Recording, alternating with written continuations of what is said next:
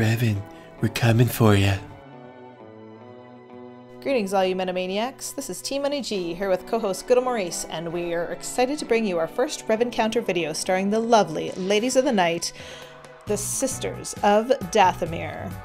Fresh off the 1-year anniversary of the beloved Nightsister rework, CG brings the Nightsisters back into arena relevance as a surefire counter to Revan and his Jedi counterparts. Today we will show you how to build a reliable counter using Nightsisters you may already have developed for the Sith Triumvirate Raid with the help of one turncoat Jedi. Now first off, for those many Operation Metaverse supporters who are Nightsister fanboys and girls, we are going to give you a quick synopsis and then you can go ahead and jump to the gameplay at the end. For those who don't know the Nightsisters as well, or perhaps would benefit from the tricks to mod this team up, which are very important, go ahead and listen to the video in its entirety. Okay, here's the synopsis. Mod for extremely high health with Asajj and Talzin providing all the offense. With multiple forms of healing and revive, this team is incredibly durable and wins the battle of attrition through proper use of turn meter mechanics and stuns. With that said, here we go. While certain Nightsisters are going to fill in better against particular Jedi comps, the team we are discussing today is a nice, conservative approach to defeating any Jedi comps under Revan. This is going to be particularly effective on TW offense, allowing you a chance to pick up 20 banners against what will soon be very difficult zones filled with Revan. With practice and precise modding, this team could be so effective we could see a resurgence of Rey on defense just to try and absorb the Nightsister counters. While true, Mother Talzin is a good choice for your leader against some of the Jedi comps, Asajj Ventress is going to be good versus all of these comps. The Jedi meta is brand new, meaning many players do not have a developed Jolee Bendo yet. Once he's a staple defensively, there's going to be far too much healing on this team for Plague to be a reliable source of your damage. Jolee, Hermit Yoda, Barriss are all key parts to the Jedi faction, and Revan himself provides massive amounts of healing. His Master Strategist special provides significant healing on a 3-turn cooldown, and his Hero Unique gives an additional 10% health steal to all the light side allies when he's in the leader slot. Both leads provide a speed lead, and both provide turn meter mechanics. Talzin provides 50% potency, which is pretty worthless versus the absurd amounts of tenacity up on the opposing team. Asajj provides 30% offense that plays a role whether you crit or not. Talzin provides 5% turn meter when an enemy resists a detrimental effect, which is nice due to the tenacity up we just mentioned, but Asajj provides 50% turn meter when a Nightsister falls below 100% health, which will happen a lot. Not to mention a 50% chance to remove 20% turn meter that cannot be resisted whenever a Nightsister deals damage.